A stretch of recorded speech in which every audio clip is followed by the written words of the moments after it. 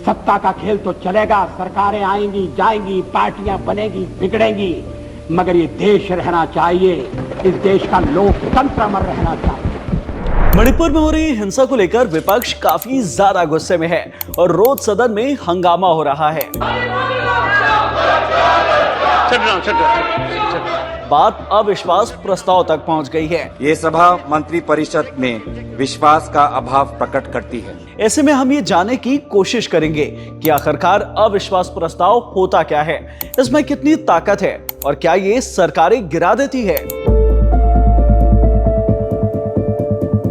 अविश्वास प्रस्ताव, जिसे नो कॉन्फिडेंस मोशन भी कहा जाता है, ये एक पार्लियामेंट्री प्रोसेस है जिससे विपक्ष सरकार को चुनौती दे सकता है। जो इस प्रस्ताव की अनुमति दिए जाने के पक्ष में ये अनुरोध करता हूं, वो अपने स्थान पर खड़े हो जाएं।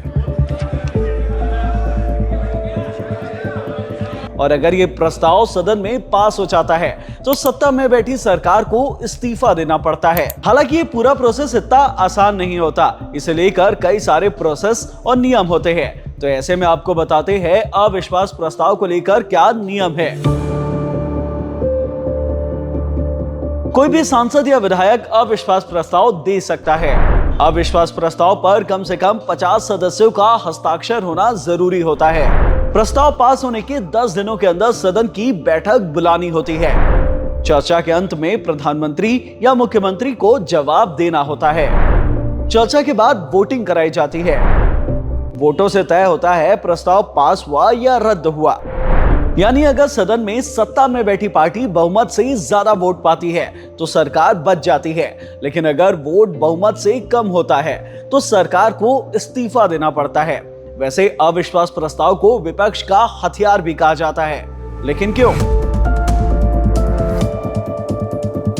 वैसे तो विपक्षी दल ज्यादातर सरकार पर दबाव बनाने के लिए अविश्वास प्रस्ताव लेकर आते हैं। मोदी सरकार के खिलाफ ही दूसरी बार अविश्वास प्रस्ताव लाया गया है। इस प्रस्ताव के जरिए विपक्ष सरकार के फेलियर को सदन में उठाती है और इस पर बात करने का उन्हें मौका मिलता है।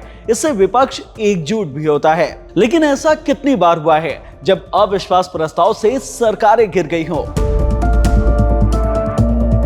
वैसे तो अविश्वास प्रस्ताव का दौर जवाहरलाल नेहरू के वक्त से ही देखने को मिल रहा है, लेकिन मोरारजी देसाई, चौधरी चरण सिंह, वीपी सिंह और अटल बिहारी वाजपेयी जैसे नेताओं ने अविश्वास प्रस्ताव के कारण अपनी सरकारें गिरती देखी है।